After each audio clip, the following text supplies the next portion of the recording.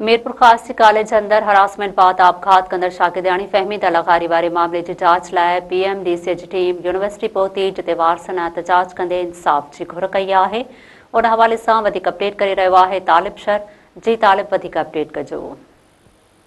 जी बिल्कुल, ॿुधाईंदो मीरपुर खास निजी यूनिवर्सिटी में कॉलेज अंदर हरासमेंट बाद आपघात कंदड़ शागिर्दाणी वारे मामले की जांच लाइ PMDC जी टीम यूनिवर्सिटी पहुती। वारसन पारां एहतजाजी मुज़ाहिरो। मीरपुर खास निजी यूनिवर्सिटी में कॉलेज अंदर मुबैना तौर उस्तादन ऐं शागिर्दनि पारां हरासन ऐं ज़हनी टार्चर कंदड़ आपघात कंदड़ शागिर्दाणी फहमीदा लग़ारी वारे वाक़े की जांच के सिलसिले में पाकिस्तान मेडिकल एंड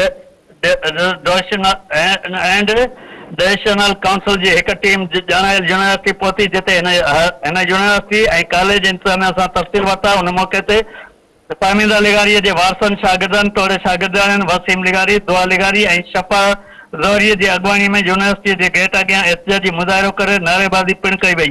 उन मौके ते ॻाल्हाईंदे हिननि चयो त ॼाणायल यूनिवर्सिटी में महांगियूं फीऊं वठण के बावजूद शागिर्दनि जो तहफ़्फ़ुज़